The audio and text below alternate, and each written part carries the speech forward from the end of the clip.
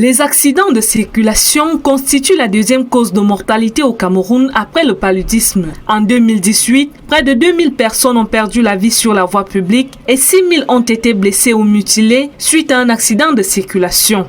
Au regard du nombre d'accidents sans cesse croissant depuis le début de l'année, la Société camerounaise d'anesthésie et réanimation tire la sonnette d'alarme. Une étude très récente a montré que le Cameroun est parmi le deuxième pays mondial qui présente des routes extrêmement accidentogènes. C'est une urgence, c'est un cri, parce qu'en fait, en réalité, nous n'avons pas une synchronisation, une mutualisation des actions en périphérie. Et il faut même identifier des structures hospitalières, publiques, privées ou confessionnelles, à mesure de recevoir cet afflux de victimes de la voie publique.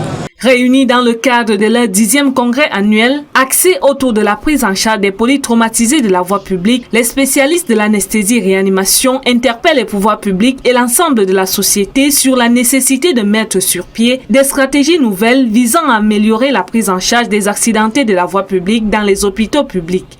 Il y a beaucoup d'actions à mener, mais nous avons l'impression que sur papier, l'organisation est très bien menée au niveau central, mais en périphérie, les dispositifs ne tiennent pas et il y a une coordination d'action.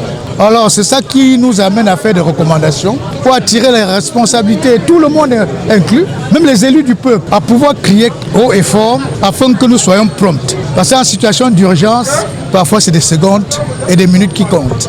L'absence d'une couverture sanitaire universelle, la pauvreté ambiante, le mauvais état des routes et le manque d'équipements dans les hôpitaux sont autant de facteurs qui augmentent le taux de mortalité des polytraumatisés dans les hôpitaux publics. L'implémentation d'un système de couverture sanitaire universelle, la multiplication des centres d'urgence et la sécurisation du trafic routier sont quelques-unes des solutions proposées pour réduire le nombre des décès de polytraumatisés de la route.